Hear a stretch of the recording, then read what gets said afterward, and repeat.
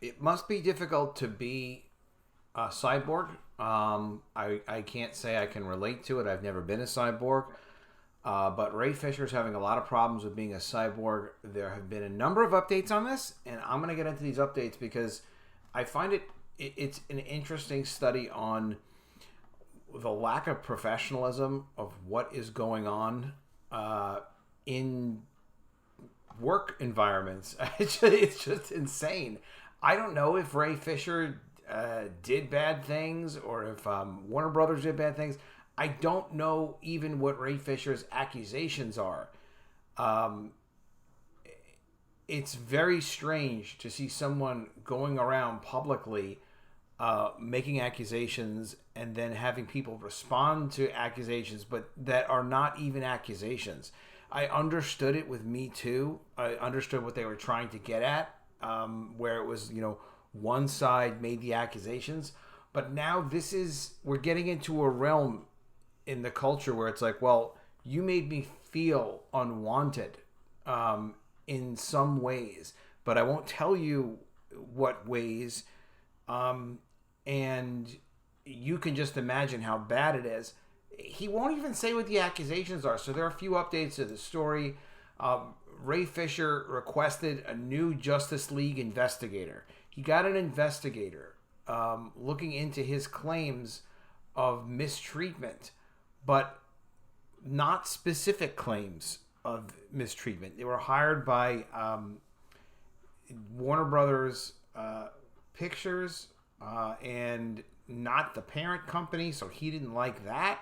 So they had this third party come in and start asking questions to people that were involved in the film production to say, like, did anybody do any bad things to you? I mean, like, this is like a child with a doll, isn't it? Like, here, point to me, Ray, where on the doll that you got upset, or did somebody do a funny thing to you somewhere? Like, can't they just come out with the words? People can't just say, this person said this to me, this person did this to me, I didn't think this was fair treatment. Like, just say what it is.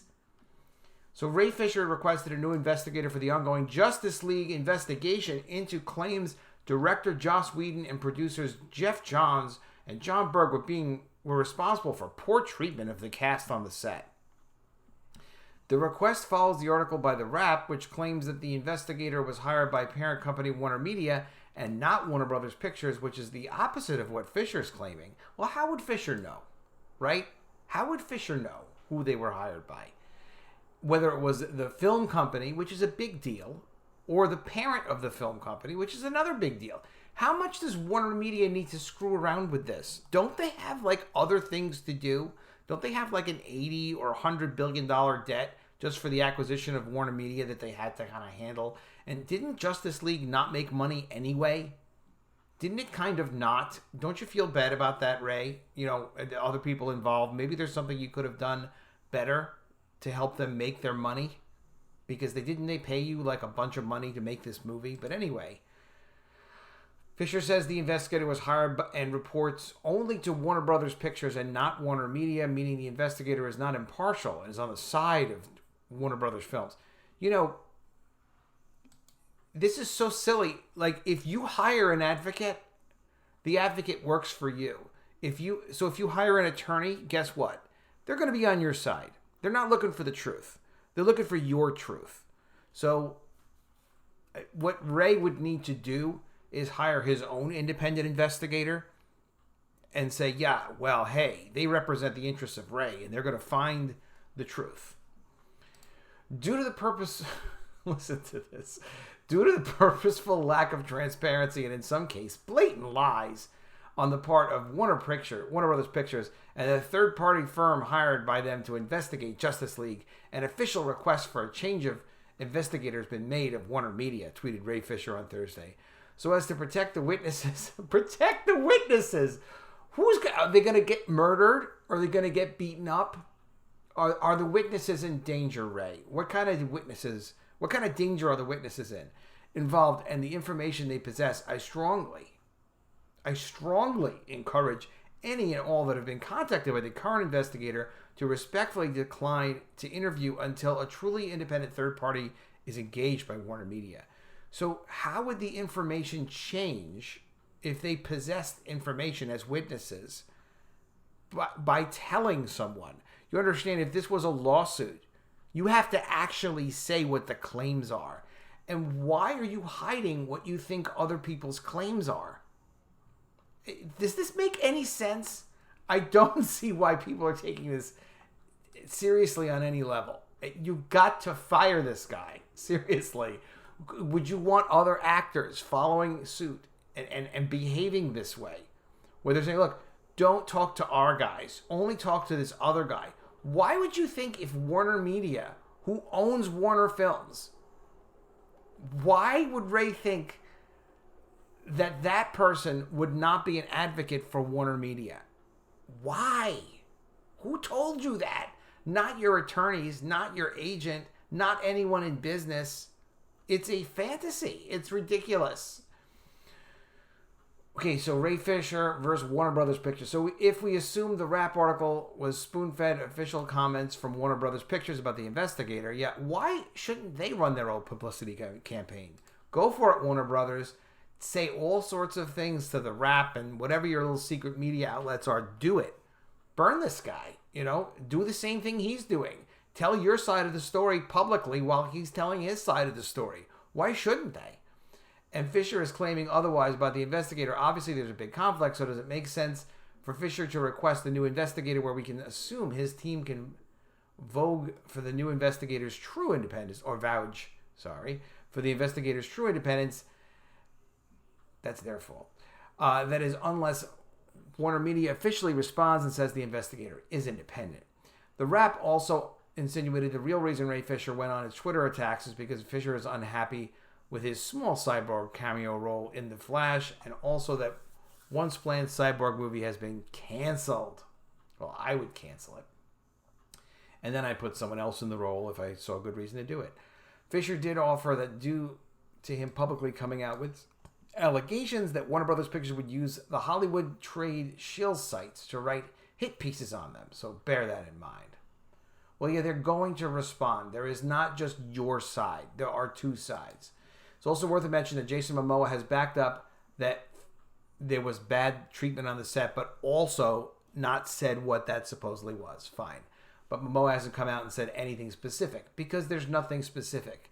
Because what you're looking to do is, he has nothing to say, I guess. He wants to say that maybe Wonder Woman didn't feel like a superhero. I don't know. It sounds like the only other thing I can imagine is he's trying to force a cast member to retell a story where they had to cry after they argued with one of the directors or something. He's trying to force someone else's story out. Among the allegations, Fisher has said Jeff Johns threatened his career and gloated about casting a new cyborg. He gloated. There shall be no gloating. Now, if Ray Fisher decides to gloat, that's allowed. If Ray Fisher decides to threaten Jeff Johns' career, that's allowed. Why? Because he's half machine, for God's sake. Didn't you notice? By the way, subscribe to this channel. It's a huge help to me, and this way you get to find out what's going on with Ray Fisher. I mean, come on, it's very important. It's claimed the real reason Ray Fisher went on the attack on social media against Justice League movie is because Fisher's unhappy with the cyborg role in his upcoming Flash movie. So this is the article they were talking about. So we kind of went on and discussed this already. So now there's a new allegation against poor Ray Fisher, who is just a cyborg, and you need to take his side. It's not easy being half machine. Look how difficult it is for him. He's really struggling with his robot identity. Okay, so Ray Fisher allegedly now turned down The Flash for more money. Why would he do that? Well, I mean, money's important. Did he ask for money? I mean, who knows? What might be a hit piece, though. Now, why is it, if it's criticism against him, considered to be a hit piece? Where if he puts criticism against people he worked with, the director, whoever, Warner Brothers, he's criticizing their choice of investigator, which they hired for him. Why is that not a hit piece? Well, anyway, amid all the controversy, he alleges that Ray Fisher turned down the Flash movie because he wanted more money. We all want more money. Similar to the report by The Wrap, Now now the Hollywood Reporter takes its own potential spinning things on the Ray Fisher story in favor of Warner Media, as the article makes it sound as if Fisher is disgruntled over what happened with Cyborg and the DCU, albeit a lot more slyly than the Rap article. The article starts out by reporting how Zack Snyder is going to be filming more Snyder Cut scenes in October with Ben Affleck, Henry Cavill, and Gal Gadot, and adds that Ray Fisher will be back as Cyborg for a week or so to shoot. Good idea, Ray. Cooperate. The idea then goes on into how being a cast as a superhero in Cyborg by Snyder was supposed to be the break of a lifetime, and how there was a planned Cyborg movie, but that was all years ago. It is the break of a lifetime, and Ray's in his 30s. He's not a kid. Although he's behaving like a child here. I mean, really, this is not how you act. People need to count on you. They need to count on you to be dependable. For a $1 billion franchise, there's a lot of money involved, and it's not just your work. It's the work of other people. It's the cast. It's the crew. It's people involved in distributing the movie. Like, it's everyone. So you got to set an example of, like, look, you're a part of a bigger thing, and you're an important part of a bigger thing. But how important you are relates directly to how dependable you are. You got to be dependable, Ray Fisher. And you're not. You're dependable to be a problem. It's not good. You could damage the franchise. Don't damage the franchise. You know, sometimes people have opportunity, right? You have an opportunity. You can be in this film. You know, people love your character. They don't like your character. Whatever it is, you resonate in a certain way. If you're any damn good in what you're doing, you get picked up by another project. Maybe get your own franchise going. You could be the next Chromium Man. The article, but no, you cannot be the next Chromium Man because of how he's behaving. The article also makes an attempt to say that Jeff Johns is no longer involved with DC Films, which isn't the case, as Jeff Johns writes and produces the movies. Well, maybe they mean the corporate entity, including Wonder Woman 1984, which comes out in December. And Ray Fisher has also alleged that the new head of DC Films, Walter Hamada, who seems to be a brilliant guy, attempted to protect Johns by having Fisher retract his allegations against John, because his allegations are absurd.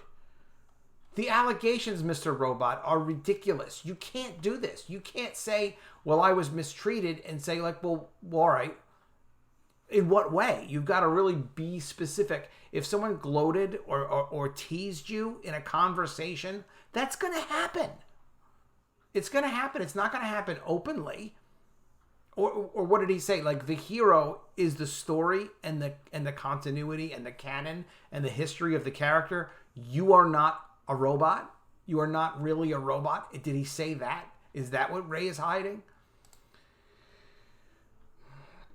Johns is also involved with DC TV as he writes and produces for the DC Universe shows and is listed as a producer on the upcoming Green Lantern HBO Max series. You know, that's exciting. The hero, the actors are important, but obviously the characters and the 50, 60-year history of these heroes is also important. In the case of DC's heroes, like 80-year history. It existed before you. It'll exist after you. Just like DC Comics has different owners of the company. There are going to be different owners or stockholders in the future. It's just the way this stuff goes. Everybody plays a role. It claimed there was no abuse on the Justice League set. Okay. Well, what is the... THR then goes over how insiders filled them in that the Justice League set was indeed full of tension, but there was no abuse. Of course there was no abuse. Insiders recall to the Hollywood Reporter that the Justice League reshoots conducted by Whedon were a messy and hastily assembled affair. That wasn't Whedon's fault, obviously. Snyder left the project in May 2017 ahead of a November release date. Whedon had to cram an extensive rewrite and reshoot and take over post-production. I'm not a giant Joss Whedon fan either, but he was brought in to try to save a project that was in trouble. So of course there was going to be pressure. Of course there was going to be problems. Of course everybody had to pull together and put their own egos aside to finish the project. This was supposed to be a competitor for the Avengers, a multi-billion-dollar franchise, and the director had to leave. Look, you can tell who and who isn't a team player. You know, you can look at people's creative endeavors. You can look at what Jeff Johns has done over the years how much work he executed, how the studio still wants to work with him. They're not working with him because they want to have endless people accuse him of abuse. They're working with him because he executes, he gets the job done. And it's a difficult thing to create stories, characters. You have this additional level of continuity. It's not an easy thing to pull off. Neither is acting in a role. So good for Ray Fisher for executing on a reasonably well done cyborg role. But really, you have to be a team player when we produce content. Everybody has to, and you have to know who the tail is and who the dog is. And the tail is being wagged by the dog. The dog is in charge. The dog is going to make the decisions. They're paying for all this. They have their own management. You can't attack their management consistently and think that there's going to be a future with you in that organization, because it creates too much trouble. If you were attacked and your human rights were violated, you owe it to people to tell people what the heck that was, so everyone can kind of judge for themselves. But in the meantime, all this is just slander against the company. So I hope people take a lesson from this. It's like, don't attack your company. Just don't. Go do your own thing. Be successful. Work with people who you get along with. You don't have to attack your company. And I would never attack a company, because there's no need to. Just go off and do your own thing, such as College of the Dead. I've done my own thing. I've made my own ongoing series of zombie apocalypse graphic novels. I have the first 2 out. I'm working on the 3rd one. College of the Dead Graduation Day you can get at collegeofthedead.com, where college costs you an arm and a leg. Check it out. I know many of you have already got it. You can get another one, but you don't have to. The new one is coming out soon, College of the Dead Spring Break. College of the Dead is followed by The Mermaids, which is coming out in October. I'm going to be launching it soon. I will announce the date soon. It's an ongoing full-color series. It's like Game of Thrones with mermaids. There are 30 characters. It's very, very well developed. It's all completed. It's something I spent a couple of years developing and working on with a really, really great creative team, and I'm really proud of it. All right, I will see you again soon with another video. And if I don't see you, I will miss you.